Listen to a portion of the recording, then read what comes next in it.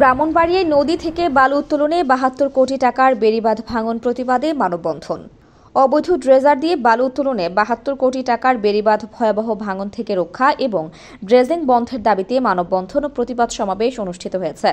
ব্রাহ্মণবাড়িয়ার নবীনগরে নদী থেকে বালু উত্তোলন বন্ধের দাবিতে মানববন্ধন হয়েছে। শুক্রবার সকালে ওই উপজেলার বড়িকান্দি ইউনিয়নের মেঘনা নদী তীরে ক্ষতিগ্রস্ত ইউনিয়নবাসীর উদ্যোগে এই মানববন্ধন অনুষ্ঠিত হয়।